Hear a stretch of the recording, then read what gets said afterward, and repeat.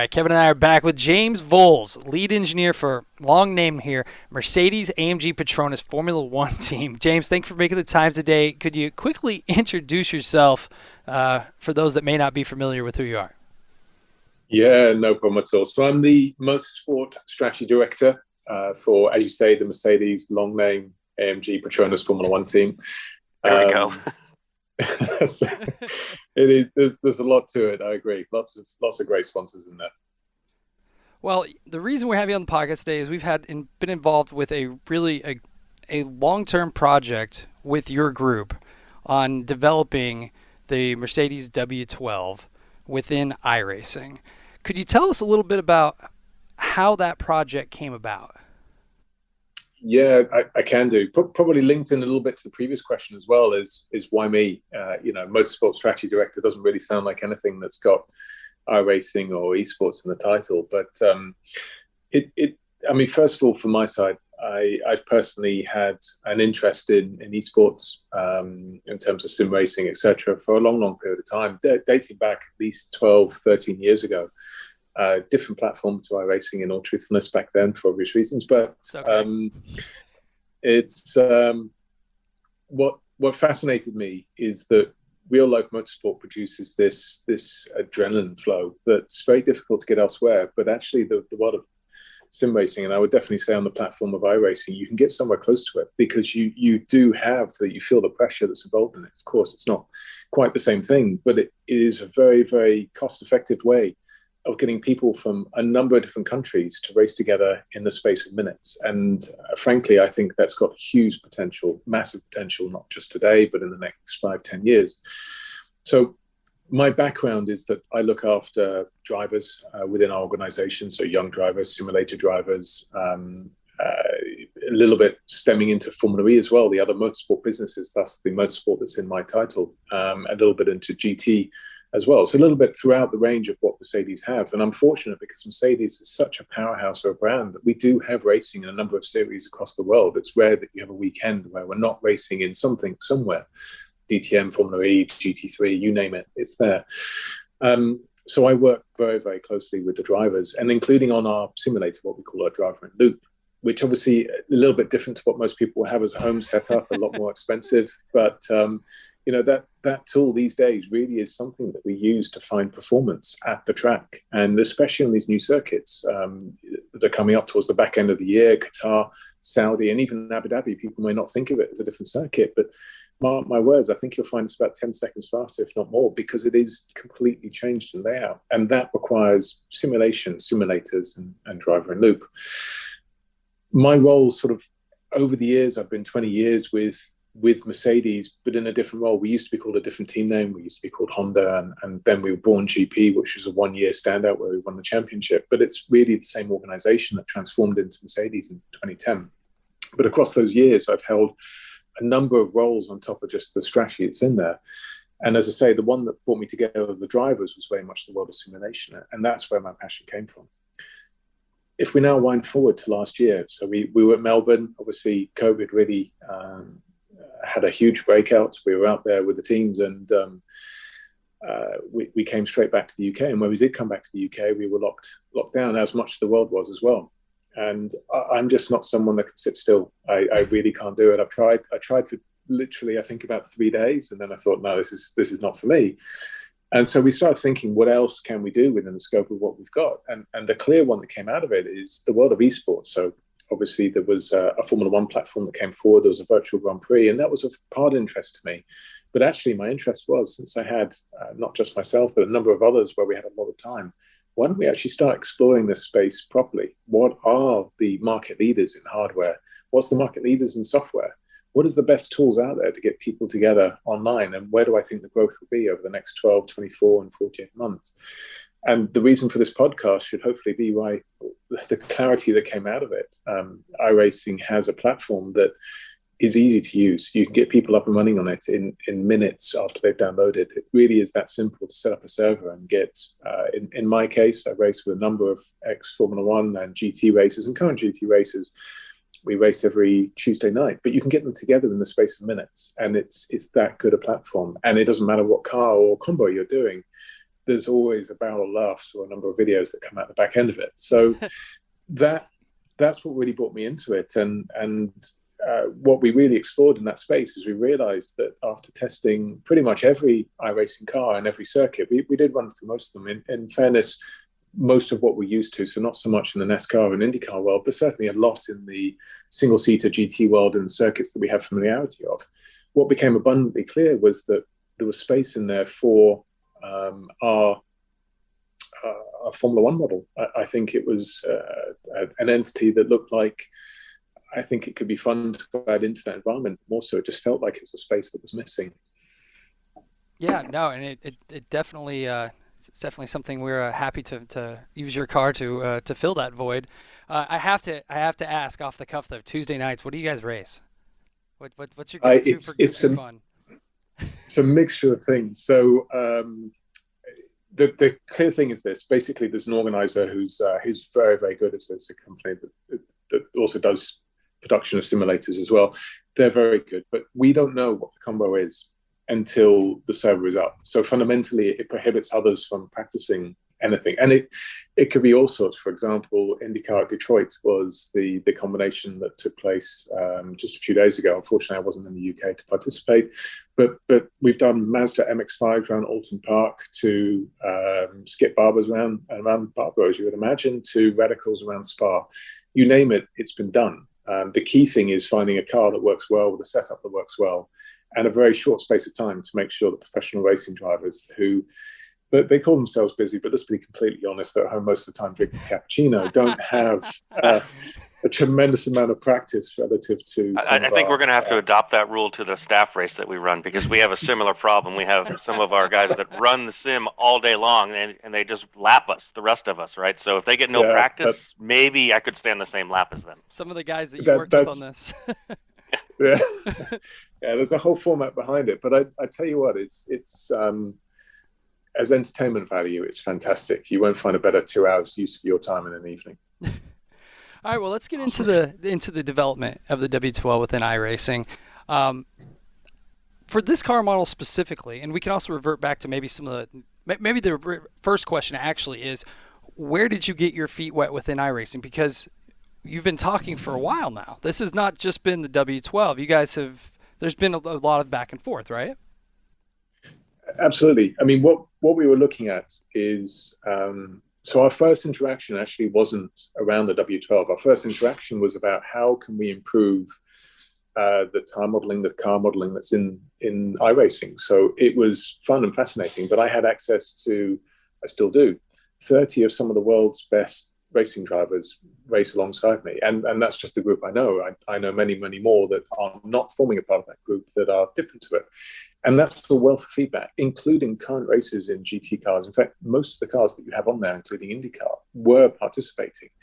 And the first step of our interaction really together was, how can we use that feedback to perhaps help guide some of the things that may be slightly different to how they're modeled in iRacing? Because one thing I personally crave, and we'll go through it hopefully in the part of this podcast, is it is a very difficult balance between realism and something that's usable in the world of simulation. And how do you keep it level with someone that may or may not have a hand clutch, or not have a hand clutch, or in the case of RX models, handbrakes, or whatever you may choose to have? And how do you keep it equal between someone with £300 worth of $300, $500 worth of kit to, nowadays, truthfully, $20,000, $30,000 worth of kit? That's the high-end kit. And so there's always an interesting medium. But what became clear out of it was there was some small, low-hanging fruit on some feedback we could provide that I think would help. And what was impressive is that immediately we had meetings together and the improvements could be found. And that was one of the reactivities that I really liked out of it, from response, from initial conversation to something really being out there that was a significant step, was weeks. And that impressed me with that relationship. That clearly showed me that we can have a strong relationship going forward. And for what it's worth, those changes made everything a little bit more realistic, but actually more fun as well. It meant you could exploit the package in a good way.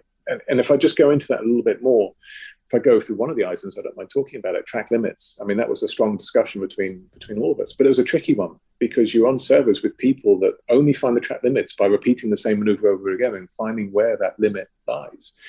And we went into some quite deep discussions about how to do it in a way that doesn't hinder the person that can only have an hour or two worth of playing relative to someone that's going to go around there and do 10,000 laps. And it is tricky. And that borderline between realism. What you clearly find in the world of not just iRacing, but any simulation platform, is that there will be people that are able to push things just much, much further than everyone else. They'll be able to push a car setup that enables them to get a little bit more lap time out of it, that most of us will get in and be backwards at turn 1, turn 2, and probably all turns, in fact, for that matter. It's a constant how do you discussion. push it? Yeah, absolutely. How do you push things such that there is an enjoyment in racing, either in a public online lobby or in a world where you just put, in the case of some discussions we're having with professional drivers, some of the track limits were just a little bit wrong compared to where you would run the car, and some of them were too easy. So it was more about bringing that feedback to yourselves and seeing if we could improve the product. So at the time, it wasn't about the commercialization or bringing the W12 really to iRacing. It was more about how this product, which is already a great product, can move forward. And that's how the relationship really started. Yeah, something I noticed early on was that the feedback that we were getting was clear that obviously you're a world-renowned race team and have amazing drivers and engineers, but you understood that there are differences in sim racing in this space. So the feedback was applicable. It was something we could do something with, and it made sense in our space, right, which is kind of next to your space, right? So I thought it was, from the very beginning, it was clear that you guys understood what we were trying to do, and the feedback was fantastic. So let's move on to the W12 itself. Now, how much, as you've developed the relationships and the data exchange and information exchange with our engineers here at iRacing, how much data was your group able to provide for the car, and how was the validation process throughout that development? I mean, the first thing is we've used drivers that are driving. The reason why I brought up the driver in loop, the full-on simulator, is that those same drivers, the same ones that develop our car, the same car drivers that have gone on to lead to wins this year and performance this year, are the ones also helping develop really where the W12 is in iRacing. So I think that's the fundamental thing. We've made sure that we've actually used resources to bring this W12 to the best level we can. And the feedback is in correspondence to what we are getting in a much, much more complicated driver in loop simulator. So we're trying to replicate as best as possible the car. And we haven't just done that through driver feedback.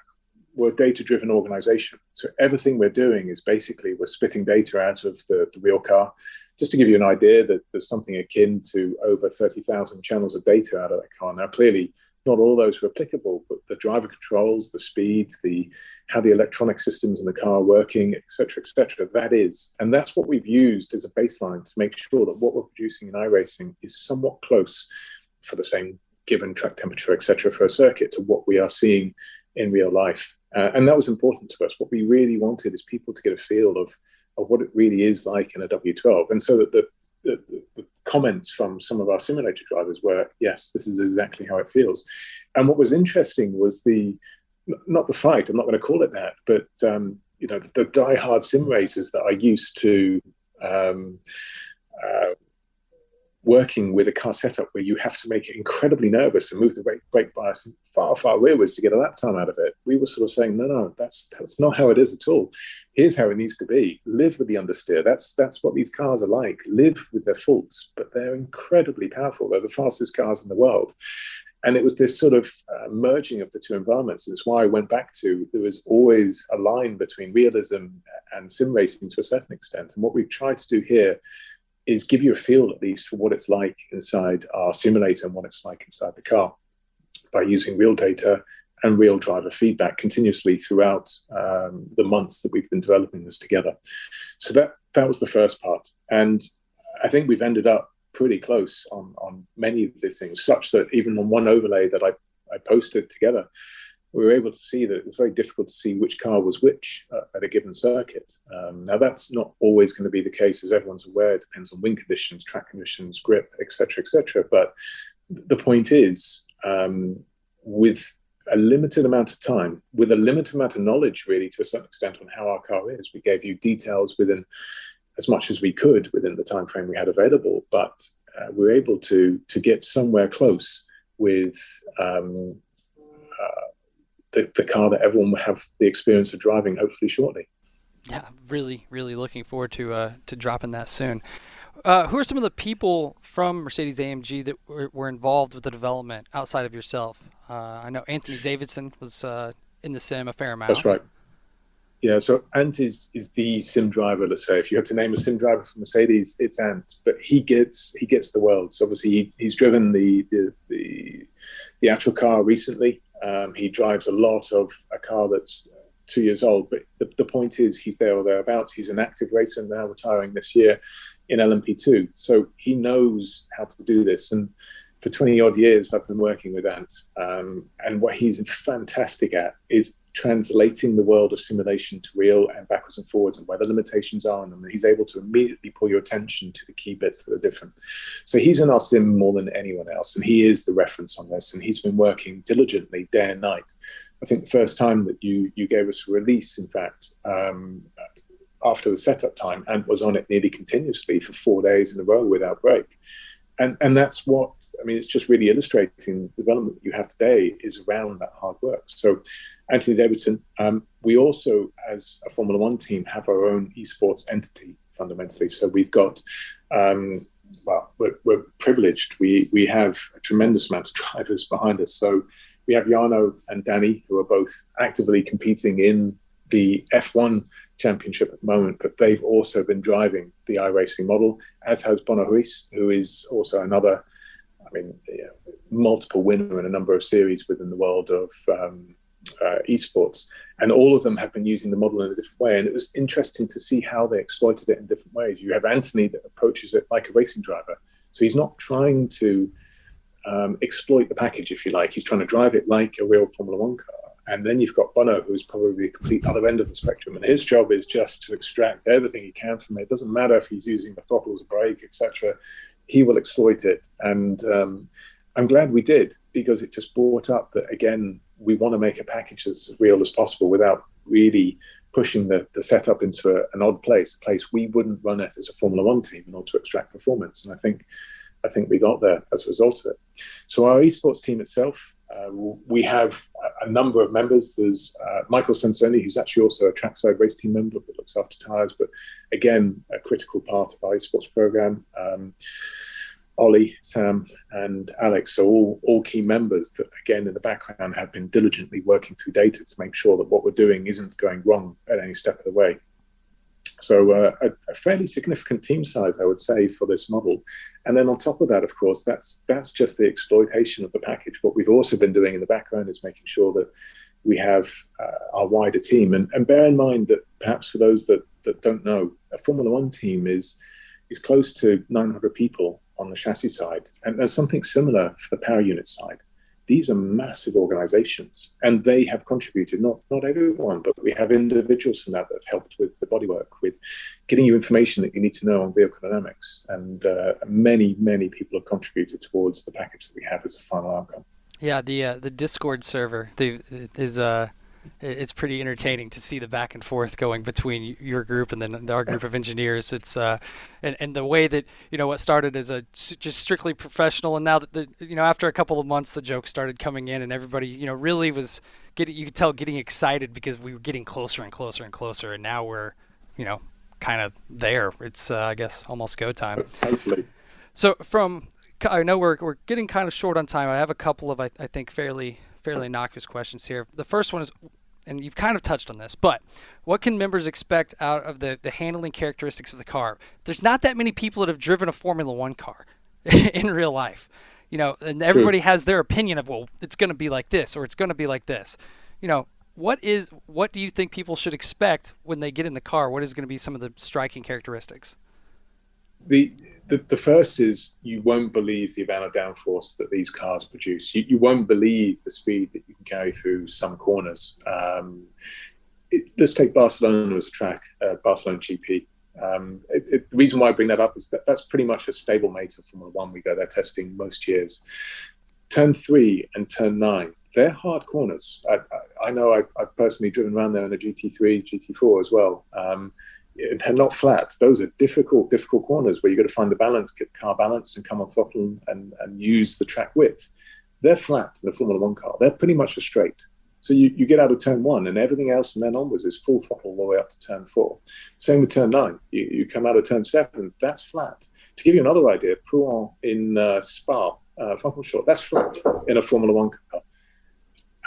So out of all of those, you have this beast of a car that's producing downforce in a way that is just unbelievable relative to anything else that you can ever experience. And that's the first thing I hope really hits people square in the face, which is, wow, these cars are quick. They are doing things that you just won't believe around corners. The second thing is that I hope at least comes across to people is that the first exploitation of the package actually isn't as difficult as people may think.